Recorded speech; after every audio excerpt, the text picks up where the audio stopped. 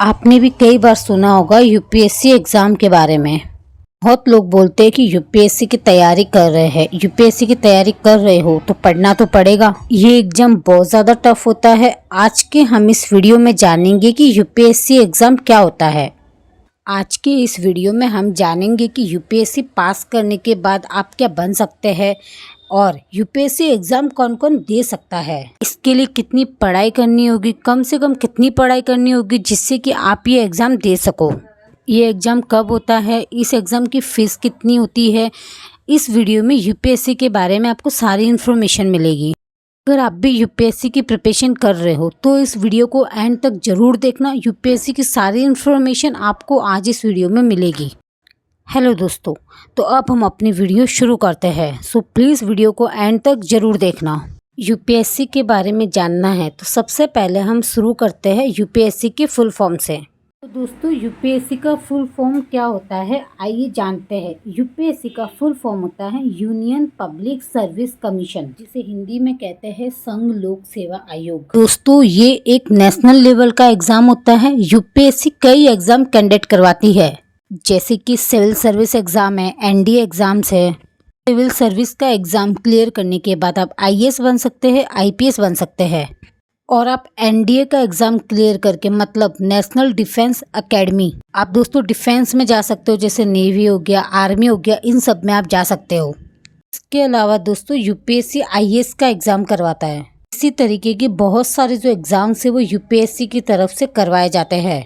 लेकिन दोस्तों, जो सबसे ज़्यादा फेमस एग्ज़ाम्स होता है वो सिविल सर्विसेज की तरफ से होता है। आपने दोस्तों और किसी एग्ज़ाम का नाम सुना हो या ना सुना हो, लेकिन आपने सिविल सर्विसेज का नाम ज़रूर सुना होगा। दोस्तों, अगर आप पढ़ाई लिखाई करके सिविल सर्विसेज का एग्ज़ाम क्लियर करना चाहते हैं, आईएएस से आईपीएस बनना चाहते हैं, तो इसके लिए सबसे पहले आपको ये एग्ज़ाम क्लियर करना होगा। यूपीएससी की जो वैकेंसी आती है दोस्तों, वो हर साल फरवरी या मार्च में आ जाती है। जब भी दोस्तों आप फॉर्म फिल करते हो फरवरी या मार्च में, उसके जस्ट 4 या 5 महीने के बाद में यूपीएससी का एग्जाम हो जाता है।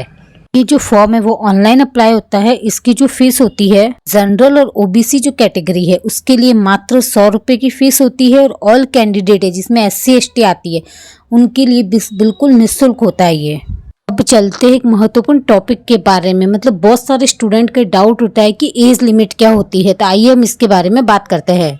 तो देखिए दोस्तों, अगर आप जनरल कैटेगरी से है तो अगर आपकी एज लिमिट की बात करें तो 21 ईयर्स से लेकर 32 ईयर्स तक होगी।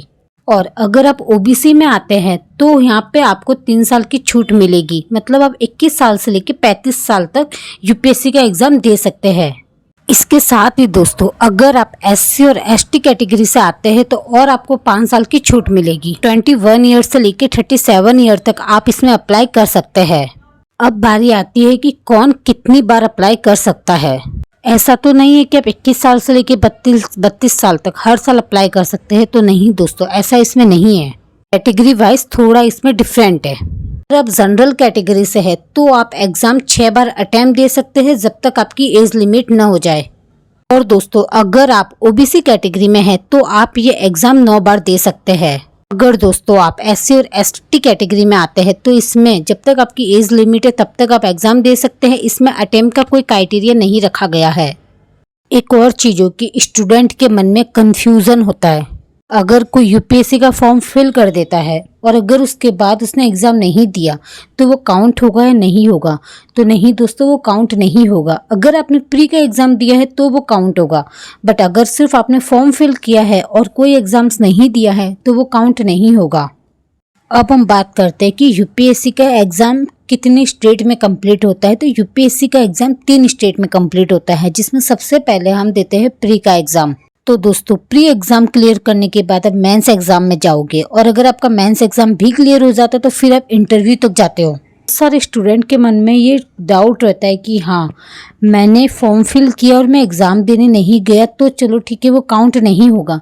बट अगर मैंने फॉर्म फिल किया और मैंने प्री का एग्ज़ाम दे दिया और मैंने मेन का एग्ज़ाम नहीं दिया, तो क्या वो काउंट होगा या नहीं?